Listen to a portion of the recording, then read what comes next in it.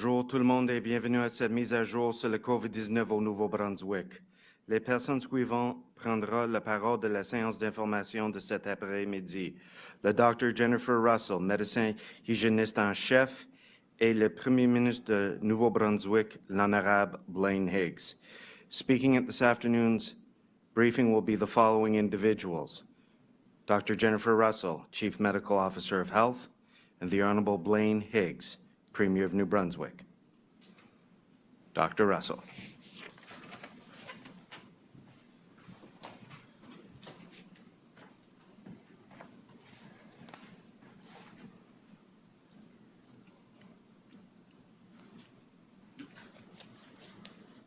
Thank you, Bruce. Merci.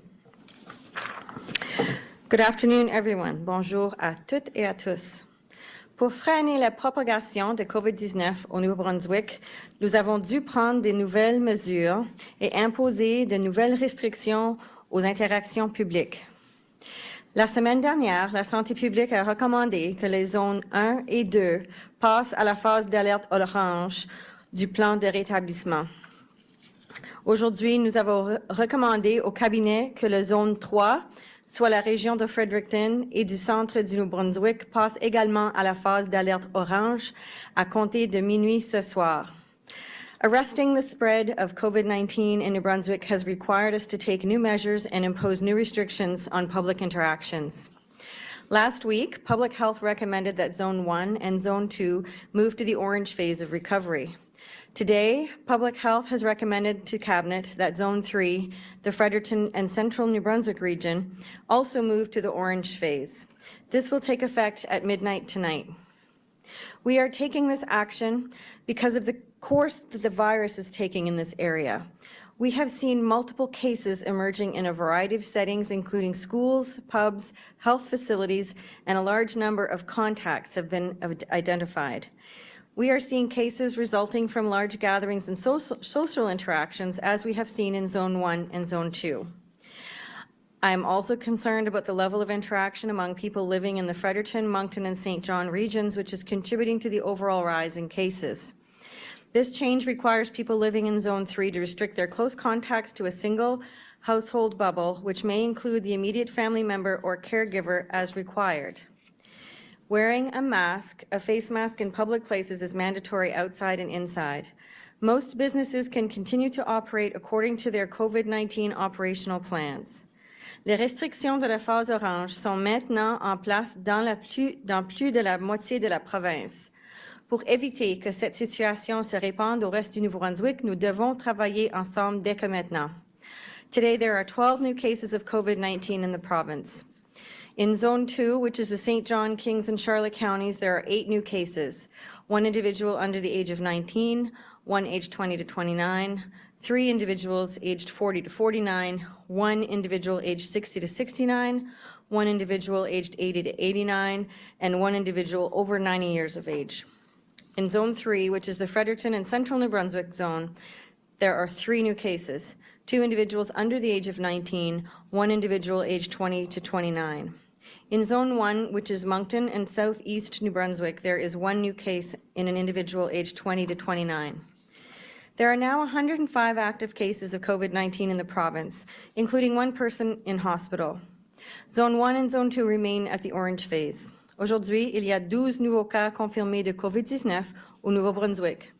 Dans la zone 2, qui comprend les comtés de St. John, Kings et Charlotte, il y a 8 nouveaux cas: une personne de moins de 19 ans, une personne âgée de 20 à 29 ans, 3 personnes âgées de 40 à 49 ans, une personne âgée de 60 à 69 ans, une personne âgée de 80 à 89 ans et une personne âgée de plus de 90 ans. Dans la zone 3, soit la région de Fredericton et du centre du Nouveau-Brunswick, il y a 3 nouveaux cas: 2 personnes âgées de moins de 19 ans, une personne âgée de 20 à 29 ans. Dans la zone 1, soit la région de Moncton et le sud-est du Nouveau-Brunswick, il y a un nouveau cas à signaler, soit une personne âgée de 20 à 29 ans. Il y a présentement 105 cas actifs de COVID-19 dans la province, dont une personne qui est hospitalisée. It has become increasingly clear in recent days that the rise of COVID-19 cases in New Brunswick has been fueled by young adults, especially those between ages of 18 and 30. And this is what we have seen in the outbreak and the community transmission in the Halifax area. As I mentioned earlier this week, New Brunswickers under the age of 30 now make up more than half of the active cases of COVID-19 in the province. We are particularly worried about how this is spreading among the youth in New Brunswick. And so to reverse the trend of rising case numbers, it is vitally important that young people do three things: stop gathering in large groups, stop traveling, especially to known hotspots in our region, and get tested as soon as symptoms emerge. And we know that in this population, symptoms may be non-existent or very mild. And we also know that the period of contagiousness does occur prior to symptom onset. So it is very, very important to follow public health advice.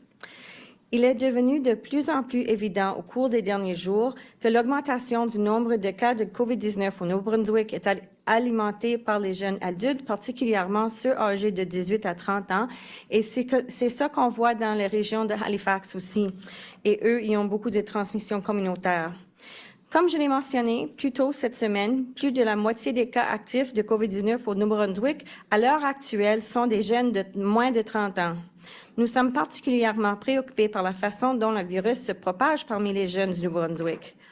Pour renverser cette tendance à la hausse du nombre d'infections à la COVID-19, il est d'une importance cruciale que les jeunes de la province fassent trois choses: cesser de rassembler en grands groupes, cesser de voyager, particulièrement aux endroits où il y a un nombre élevé de cas dans notre région, et subir un test dès que les symptômes apparaissent.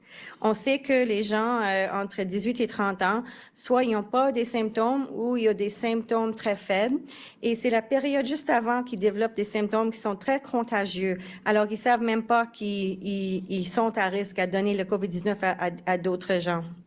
Young people are not as likely to become gravely ill from COVID-19, but it does happen.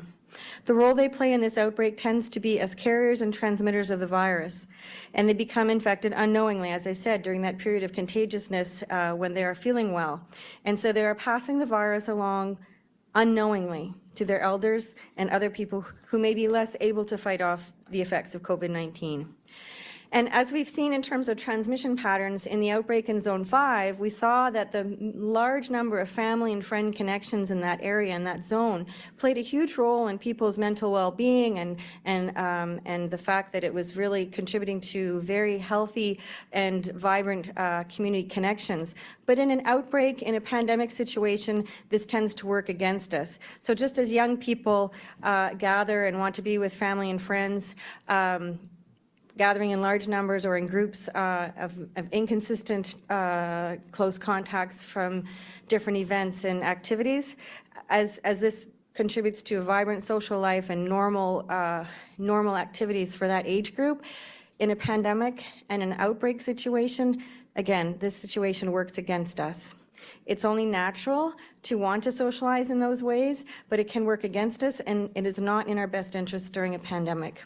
So I urge everyone, especially our young people, to avoid gathering in large numbers.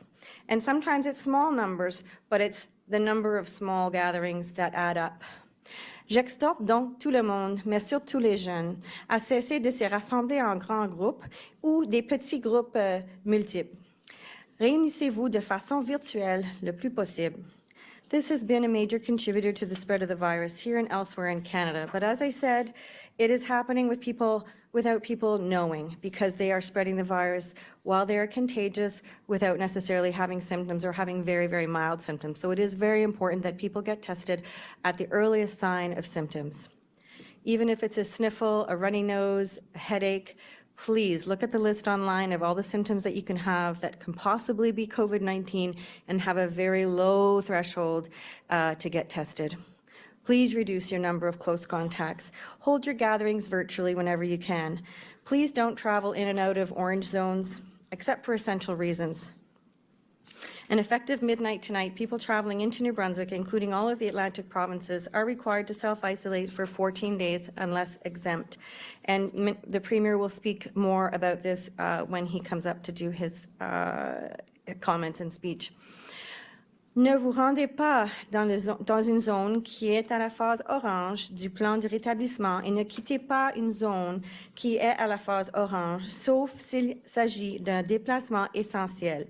Évitez les interactions avec les gens qui se sont rendus dans la région de Halifax, sauf si vous portez un masque et maintenez une distance de 2 mètres d'entre eux. Et essentiellement, s'il y a quelqu'un qui vient d'Halifax, il faut qu'il s'isole pendant 2 semaines. Alors moi, je veux pas que les gens auront des interactions avec des gens qui viennent de Nouvelle-Écosse ou n'importe d'autre endroit hors de la province de New Brunswick. It is very important that you be aware of the symptoms of COVID-19. As I said, they are on our website, and please get tested immediately at the first sign of even the mildest of symptoms. You may think it's just the sniffles, as I mentioned, a headache, sore throat, or bad cough, but these are all common symptoms of COVID-19, and no one can afford to take the risk of potentially carrying this virus or spreading it to others, especially vulnerable populations. If you have any of these symptoms, no matter where you are living in New Brunswick, please take the self-assessment test at the Government of New Brunswick website. It's fast and easy. Si vous ressentez n'importe quel de ces symptômes, peu importe où vous habitez au Nouveau-Brunswick, faites l'auto-évaluation en ligne sur le site web du gouvernement du Nouveau-Brunswick. C'est simple et rapide. Testing will be arranged as quickly as possible. I can advise everyone that testing capacity is being increased in both St. John and Fredericton as I speak, and to ensure that bottlenecks do not occur. Young people have been part of the transmission of the current outbreaks in this pandemic, and they also have the power to slow the progress of the disease and protect our vulnerable populations, our schools, our businesses, and our communities. We need all our young people to take this seriously and take actions that will slow the spread of COVID-19.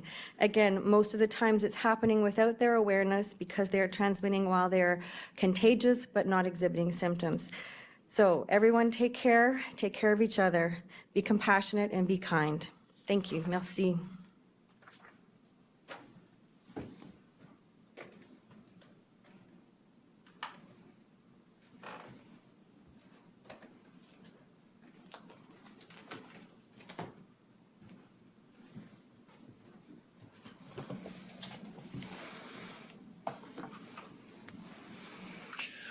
Good afternoon. Bonjour.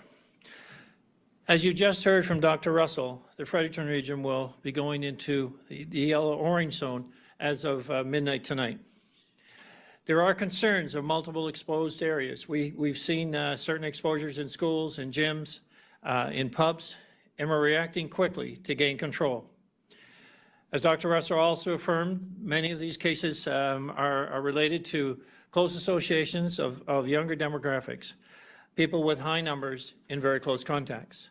Nous sommes préoccupés par le nombre élevé de cas chez les plus jeunes, ce qui inclut des personnes qui ont un nombre élevé de contacts étroits. Community transmission is a real concern in New Brunswick. However, it's very important to identify that at this point in time, our contacts have been traced. Public health have done a super job in identifying where people have had contacts, and now we're waiting as time rolls on to see how many will actually become symptomatic. Thus far, the cases that have been identified, the new cases today, have indeed been predicted as possible COVID-related patients. At this point, community transmission has not been confirmed here, but the threat is real. We've seen it all across our country. We've seen it in every province. We've seen it all around us. So taking swift action right now is important. And that's why, effective midnight tonight, we're resorting back to our original 14 days isolation for anyone from anywhere traveling into New Brunswick to self-isolate for 14 days. And that's effective as of midnight tonight. The normal exemptions will continue. Commercial vehicles, work, business, medical, child custody, child care, all of those areas where we have routine activities every day that's known. Pre-registration is a continued requirement and will be one now from any province, and that obviously is including throughout the Atlantic region. Le risque de transmission communautaire est une véritable menace. C'est pourquoi toutes les personnes qui viennent au Nouveau-Brunswick devront maintenant s'y isoler pendant 14 jours. Et les gens de Nouveau-Brunswick qui voyagent à l'extérieur de la province devront respecter les directives concernant les tests de dépistage et les isolements. Our compliance has been ramped up over the coming days and over the past week. Travelers who haven't been registered are subject to fines. So just as I go through this, I want people to understand that those rules will be enforced, but we're expecting full compliance. In recent days, officers have conducted 426 inspections in Zone 1 and 2. And now, of course, we'll be ramping up our surveillance in Zone 3. 71 fines have been issued, 140 compliance letters to businesses, peace officers doing community checks. They're responding to any complaints they receive. But I have to point out, because I've heard a number of concerns and comments, you know, about maybe the level of communication and how we communicate that people are in violation. And I just ask that we all be patient, because I know that it's not easy when a peace officer or an officer of any kind comes up and suggests that you're not following the rules and regulations. But it's all for our own good. So let's look past any particular issue and let's look to why our peace officers are being so diligent. They're out there to protect each and every one of us. They're taking the abuse and they're giving the abuse, but it's all part of how do we interact with one another. And as we go through this, we'll be in a position where we'll look back and say, you know, it didn't hurt to provide a little more caution, to be a little more caring, and to ensure that the rules are being followed. And we're so close, as we've said in previous announcements and previous discussions, we're so close. I think there are 5 vaccines now that are being discussed. I'm in a meeting tonight with the Prime Minister. We'll be talking about distribution Canada-wide. We'll be talking about how the vaccines will become available and when they are ready to be on the market. And, you know, it's all part of the strategy to get back to normal. But as I said in other meetings, let's not lose it at the end. So be patient with one another, but be diligent about following the rules. Les agents de l'EPA vont faire des vérifications dans les communautés partout dans la province. Ils vont également répondre à toutes les plaintes qu'ils vont recevoir. If you're concerned about compliance with the state of emergency, you should call 1-844-462-8387 or email helpaid@gnb.ca. We need everyone's eyes watching and helping us all to beat COVID back and to ensure our curve can stay flattened, and that when a vaccine is ready, it's not because we're in a state of emergency, it's because we're ready and we're willing, and our province has been successful throughout this entire epidemic. So clarifications on a mandatory orange. So just so everyone is clear in terms of what does that mean now that the Fredericton zone is in orange, along with St. John, along with Moncton. One household bubble that can extend to caregivers or to individuals outside of the household who require support. We also have clarification on Campobello. Residents can stop at Lubec, Maine for fuel, groceries, or health needs. They can stop in Lubec or Machias, Maine for health needs, and then they can return to New Brunswick without isolating. But we do encourage trips to be kept to a minimum. We encourage all health rules being followed when visiting in Maine, certainly to follow the rules there, but continue to follow the rules that we have, rules that we've known that are effective, that can protect you, and keep your trips to a minimum. Also, another area of issue and of focus for us would be bars and restaurants. Now, we've been following and we've been visiting a lot of places, as I indicated some stats earlier, but it is a known concern. And there's been many people talk about bars being open. We have tried to balance the economy staying open with the reality of living with COVID. And we're asking once again for people's help. So yes, if you go to a bar, you're seated. And the owners of the establishment need to make sure that patrons are staying seated and that they're following the health rules. And they're working within the one bubble now that it's in an orange phase. So it's important that we allow business to operate. And I know there's an economic impact here, and the business owner can make a choice, whether it makes sense to stay open and follow the rules, or to close. We're trying to give those options, but not following the rules is not one of the options. Our goal is to keep the economy going as much as possible, is to keep life as normal as possible, but knowing that living in COVID is not normal. We still need to keep the risk low, and we can do that by following all of the public health rules. And that makes us all cognizant about each other's and our own mannerisms and what we're doing out in public.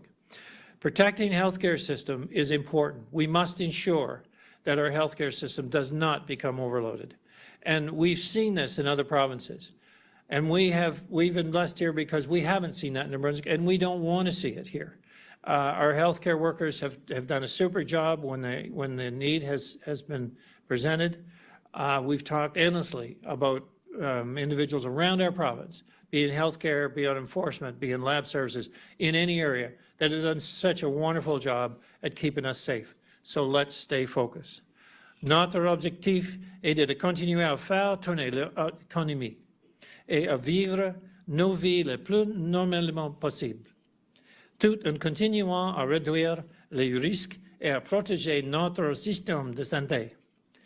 We can beat this. We can maintain the reputation we've had throughout this pandemic of being right and looked at from all over the country, all over the world, as a place to be.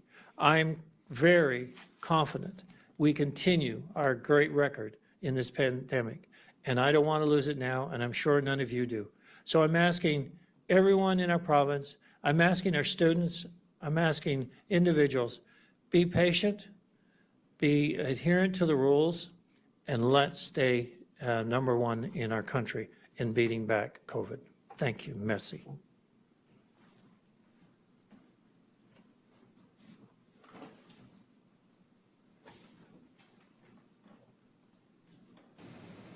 Merci beaucoup, Monsieur le Premier ministre, Dr. Russell. Thank you, Premier and Dr. Russell. Nous allons maintenant procéder aux questions des journalistes. Voulez-vous assurer de désactiver le son de vos micros, s'il vous plaît? Vous avez le droit de poser vos questions dans la langue de votre choix, et chaque journaliste peut poser une question. We'll now proceed with questions from members of the media. Please ensure your microphones are muted. Each reporter will have one question, and you have the right to pose your question in the language of your choice. John Chillibeck, Daily Gleaner. Hi, thanks for taking my question. Yesterday, 0 cases were reported in the Fredericton region, and today it's 3. I talked to Horizon Health Network, and they told me that the outbreak at Stan Cassidy seems to be contained. There's no new cases there. So I'm wondering why now is this being imposed orange on Fredericton region, given that there was a bigger case count on the weekend. Were these 3 new cases that bad that there's a fear it might get out of control? Hi, John. That's a really good question, and we pretty much knew people were going to wonder that. And that's why we have great epidemiologists that we work with and our medical officers to do the risk assessments. So basically, we did make a change in terms of how we're reporting cases. So there were several cases that were affiliated. We've been reporting cases where they have been affiliated with outbreaks or clusters. So in the Zone 5 outbreak, people who were infected and part of those clusters were included in Zone 5 when we reported them. And that was a logistical issue around helping our contact tracing teams, et cetera, in terms of who was following people along. It was really important for our clarity to understand that.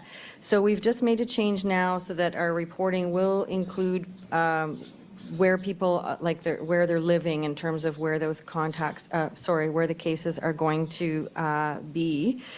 So there are a few more cases that happened that are here in Zone 3 that are as a result of exposures and cases in Zone 2. So right now, the rationale for orange alert and recovery, again, from our epidemiology team and our medical officers, There are multiple varied settings of exposure settings, including but not limited to the rehab center, the disability day programs, pubs, gyms, sporting teams, and schools. And when you say that the rehab center outbreak is under control, we will continue to be testing people. People are isolating, they're close contacts. For 14 days, we're going to keep testing staff, we're going to keep testing patients. And then all the other places where we've seen exposures, disability day programs, obviously vulnerable populations, pubs, gyms, sporting teams, and schools. We were also seeing that kind of exposure in Zone 1. And so again, and also in Zone 2. So we know that these are the types of things that can increase case numbers very quickly. So the population interaction between the three major southern cities is significant. And the same demographic, as I mentioned, that's driving the outbreaks in Zone 1 and Zone 2 with high numbers of social interactions in different settings. And, you know, we have over 1,000 people self-isolating around the province right now. And a large number of them are actually in this zone as well. And DPS statistics on mask wearing is 90%, and COVID plan compliance is about 54%. And the lowest compliance was in Zone 3.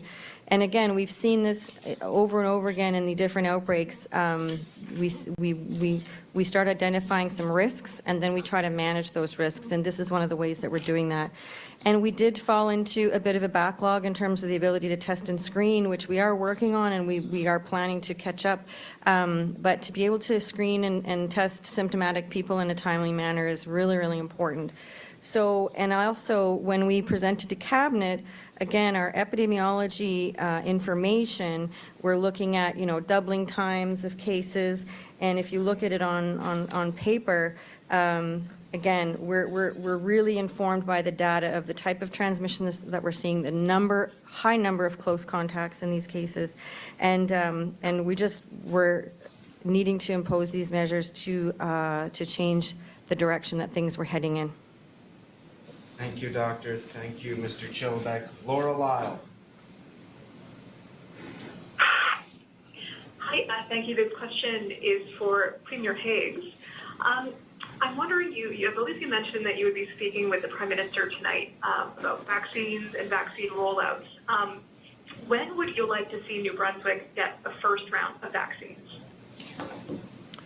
Well, I guess that's directly related to when they're available. At this point, we don't know that. When we will learn some additional information from the Prime Minister tonight.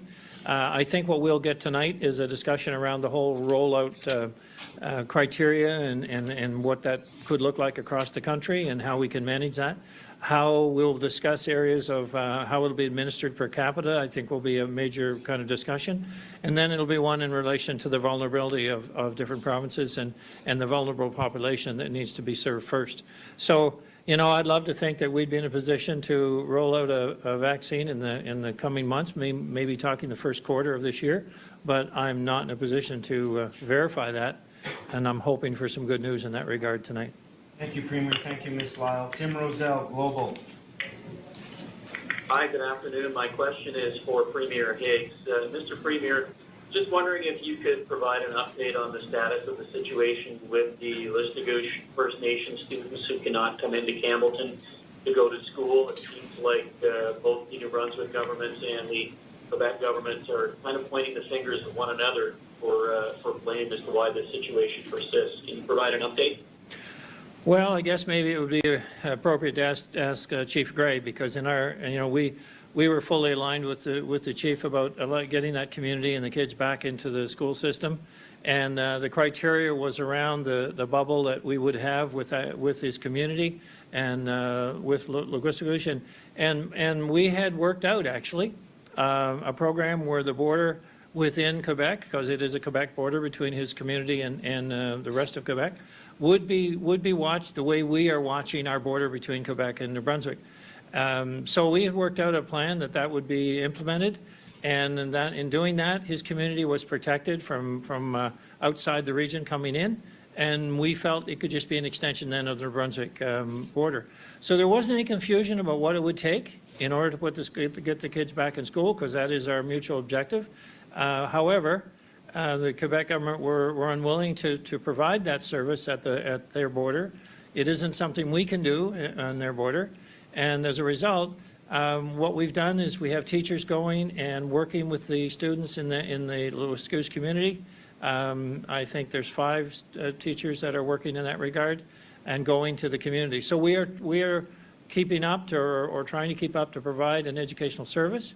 But until that border issue is resolved, it leaves the kids without being able to come as they might normally do so.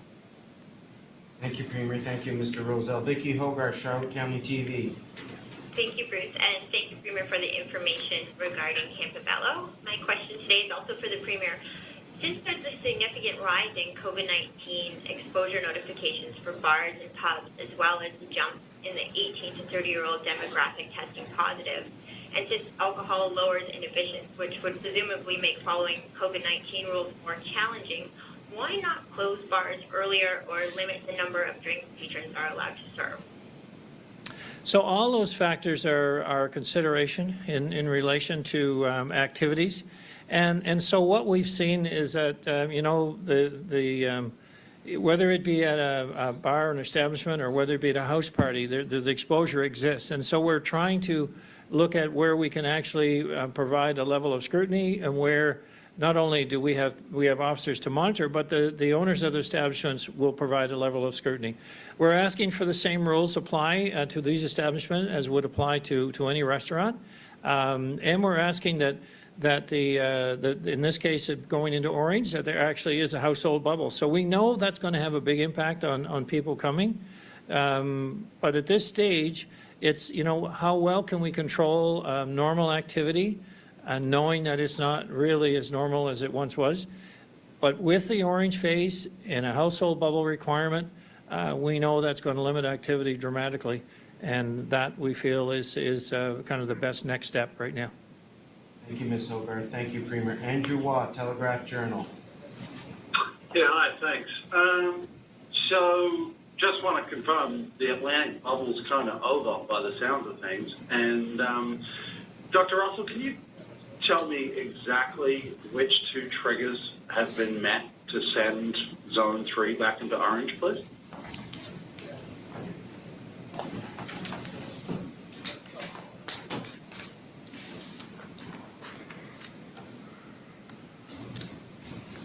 So again, I took the advice of our epidemiology team and our medical officers and made recommendations to the COVID cabinet around the risks in the orange phase right now. There are a very large number of close contacts in terms of being able to test and contact trace in a very timely manner. We do have a backlog right now. So again, knowing that we've seen these patterns of transmission in the Halifax region, we've seen it in Zone 1 and in Zone 2, so we know what we're up against right now. And so again, we've taken these steps based on that data, and that's the rationale. But they also again, the interaction between the 3 major cities is a factor. So when the risk assessment was done around the triggers, those are also the things that were taken into consideration. Thank you. Marie Sutherland, CBC. Hi, good afternoon. It's been repeatedly said that it's hoped that the outbreaks can be brought under control in zones 1 and 2, Moncton and St. John, within 2 weeks. But Moncton's already just over the 1-week mark, and St. John is closing in on a week. At this point, are you still optimistic these zones will roll back in 2 weeks, or will it likely take longer? Well, it all depends on how well people comply with the public health measures that we put in place. In the last outbreak in Zone 1, we were able to get it under control within 2 weeks. The outbreak in Zone 5 took 4 weeks to get under control. And just to come back to Andrew Waugh's question about what the triggers were, again, looking at the multiple varied exposure settings, including the rehab center, disability day programs, pubs, gyms, sporting teams, and schools, again, in terms of transmission, that's what we're seeing in Zone 3. And this is the same demographic that we're seeing in Zone 1 and Zone 2, with high numbers of social interactions and settings, high numbers of close contacts. We do have a backlog in the ability to test and screen symptomatic patients in a timely manner, although work is ongoing to address this. The DPS statistics on wearing masks, 90%, and the COVID plan compliance was about 54%, and the lowest is in Zone 3. And the population interaction between the three major southern cities is very significant.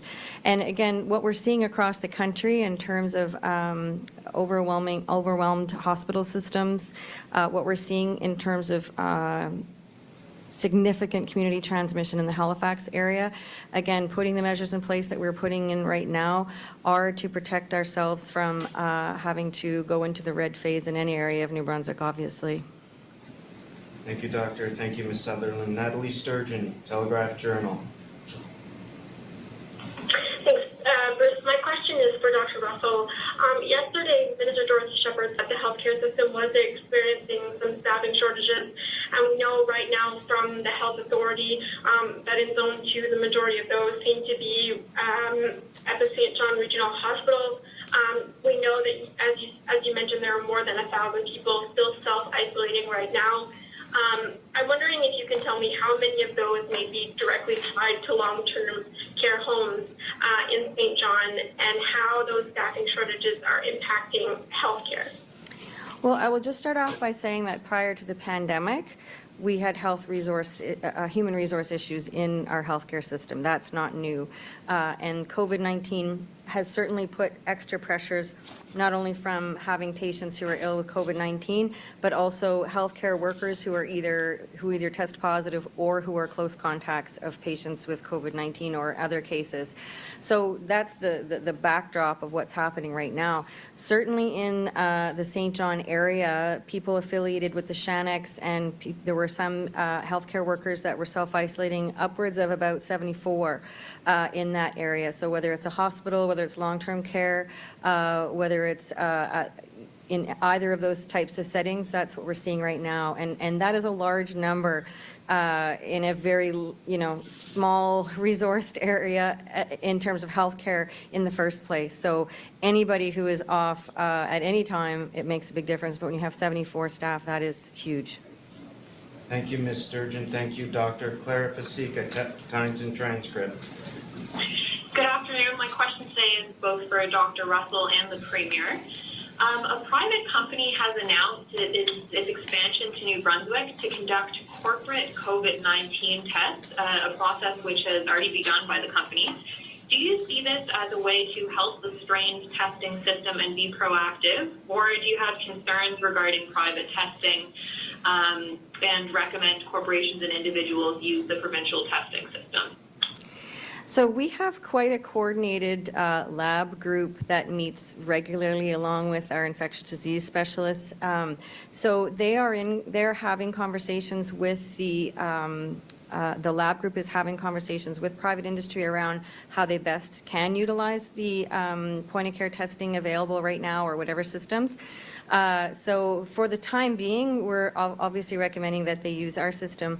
But if there are other things happening with those, the lab group are the ones who are communicating with them around what the best approach is at this time. Thank you. Thank you, Doctor. Thank you, Clara. Savannah Ott, Telegraph-Journal. Hi there. My question is for Dr. Russell. As you know, there's a growing list of possible public exposures in bars and restaurants, but I'm hearing that workers in those settings are waiting nearly a week sometimes for test results, and in some cases they're waiting that long just for an appointment, even for those workers that were on shift during a possible COVID exposure. So why aren't these workers in the bars, restaurants, as well as retail settings, if that's a place where there's a COVID exposure, why aren't they being prioritized in testing, given the amount of people they interact with? I hear exactly what you're saying, and in terms of our approach at this moment in time, if public health directs somebody to get tested, then they are a priority group. People who are symptomatic get tested ahead of others, and we also have a priority group testing for people who are pre-op, et cetera. So if they are identified as a close contact, then they should be self-isolating at home, so they can't be infecting other people, obviously. And so again, we do have a backlog, which we have been working on, and we were hoping to have it rectified by Friday at the latest. So that's what I can tell you right now, but certainly if you've been contacted by public health, you should be self-isolating, again, thereby not being able to contribute to any more transmission. And that's the biggest, most important piece of this. But I do hear what you're saying in terms of people waiting. But asymptomatic people, unless you've been told that you're a close contact, we weren't planning to test those individuals at this time. Thank you. Sophie Tézoter, Radio-Canada. Oui, bonjour. Ma question est pour le Dr. Russell. Vous avez expliqué que la moitié des cas positifs sont chez la population, les jeunes. Aujourd'hui, vous annoncez que tous les travailleurs, même de l'Atlantique, qui arrivent dans la province, devront subir un test et s'isoler pour 14 jours. Alors, pourquoi avoir cette nouvelle exigence pour les travailleurs? Parce qu'on sait que ça va avoir une conséquence importante sur les entreprises. Je vais revenir à ta question dans une seconde, mais John Chilbeck avait demandé une question au niveau de combien de gens sont en isolation maintenant. Et le nombre en total pour la province, il y a 1700 personnes. There's 1,700 people that are now self-isolating in the province, and 377 of the people self-isolating the province are in Zone 3. Alors, il y a 377 personnes qui sont en auto-isolement dans la Zone 3. On n'a pas changé les règles sur les règles qui étaient en place avant le changement dans les bulles atlantiques. Je sais, j'entends ce que vous dites. Avant que les changements avec les provinces atlantiques, c'était le cas avec les gens qui venaient du Ontario, Québec, les endroits en hors du bulle atlantique. C'est une manière de se faire tester, commencer sur le jour 5 de votre isolation. Et aussi les gens qui viennent des États-Unis, etc., qui sont des travailleurs essentiels. Pour les gens qui travaillent chaque jour, qui vont et viennent chaque jour pour le travail essentiel, ces gens-là vont se faire tester volontairement 2 fois par semaine. Alors, c'est les mêmes règlements qu'on exige qu'on appuie pour les gens qui viennent hors de la bulle atlantique avant que la bulle atlantique n'existe plus. Mais aujourd'hui, à commencement à minuit ce soir, parce qu'il n'y aura plus de bulle atlantique du tout, les gens qui viennent du Nouvelle-Écosse, de Terre-Neuve et aussi de l'île de Prince-Édouard, ils vont se faire tester dans la même façon qu'on fait tester tous les autres individus qui sont des travailleurs essentiels hors du Nouveau-Brunswick. Merci, Mademoiselle Desautels. Adam Harris, Telegraph Journal. Thanks, Bruce. I just came from a federal briefing where officials said that 3 million Canadians will receive the first COVID-19 vaccines within the first 3 months of next year, if regulatory approvals are given. I wanted to know if you expect any of those first doses to come to New Brunswick.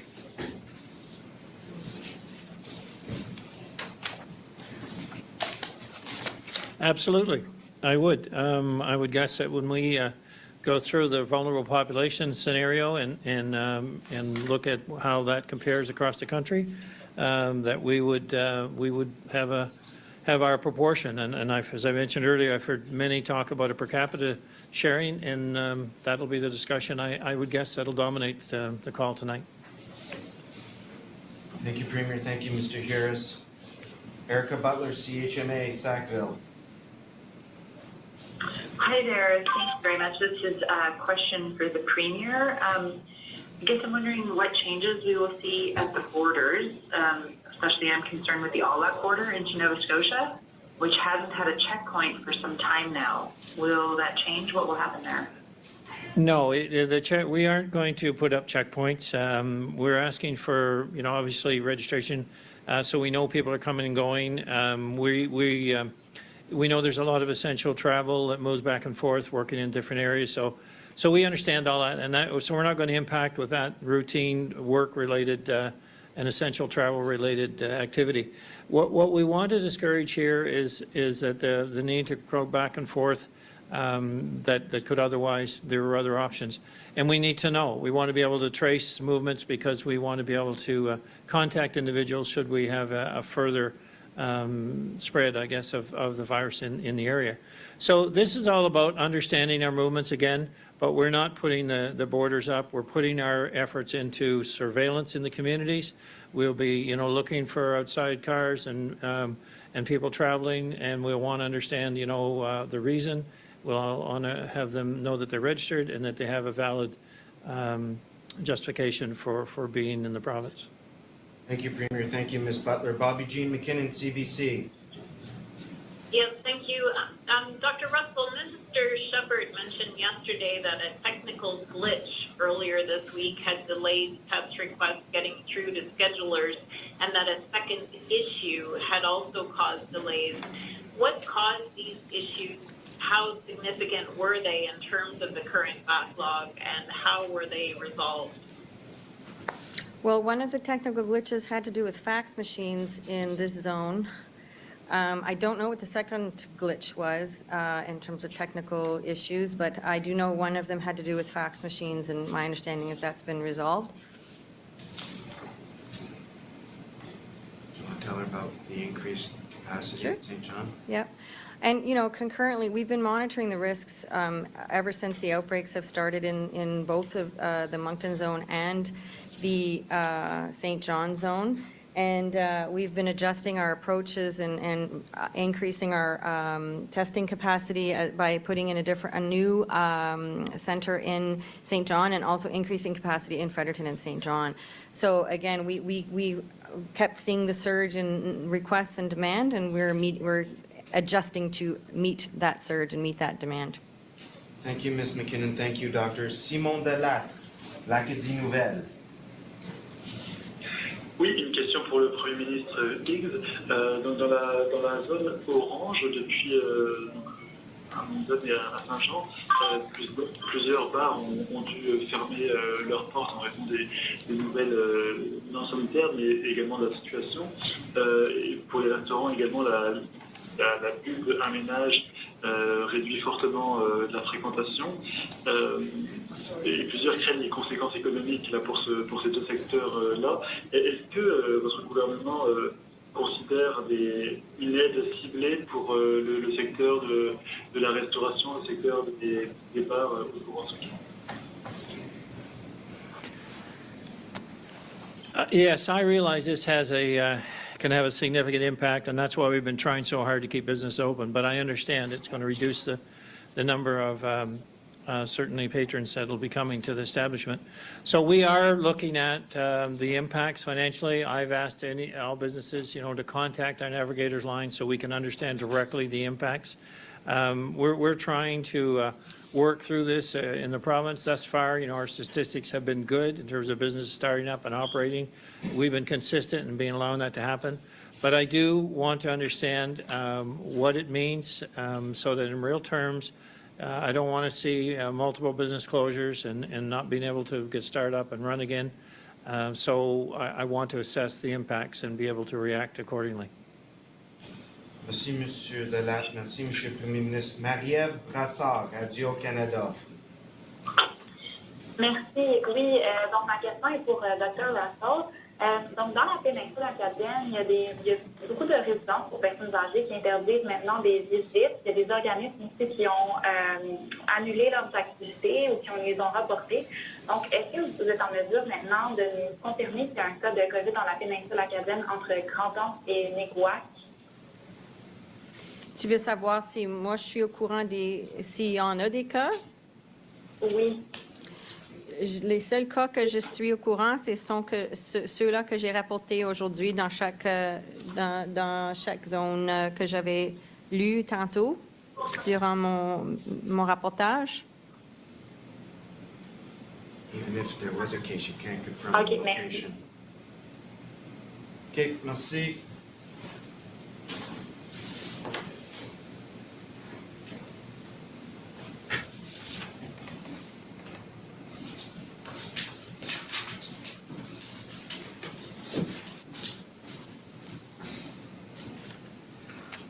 Merci beaucoup tout le monde.